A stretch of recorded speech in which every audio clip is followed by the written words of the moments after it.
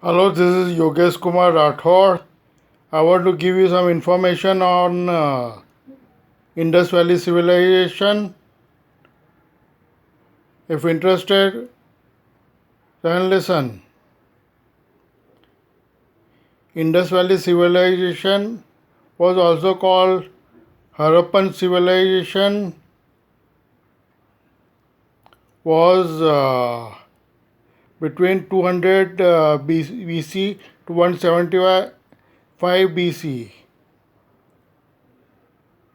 Archaeologist John Marshall discovered all these signs in the western regions at the bank of river Indus. That is why it is called Indus Valley Civilization. The biggest site discovered was Mohenjo-daro at Haryana, Tolavira, Gujarat. It was known for its use of burnt bricks, town planning, drainage system, etc. I will give you more information later. Thanking you.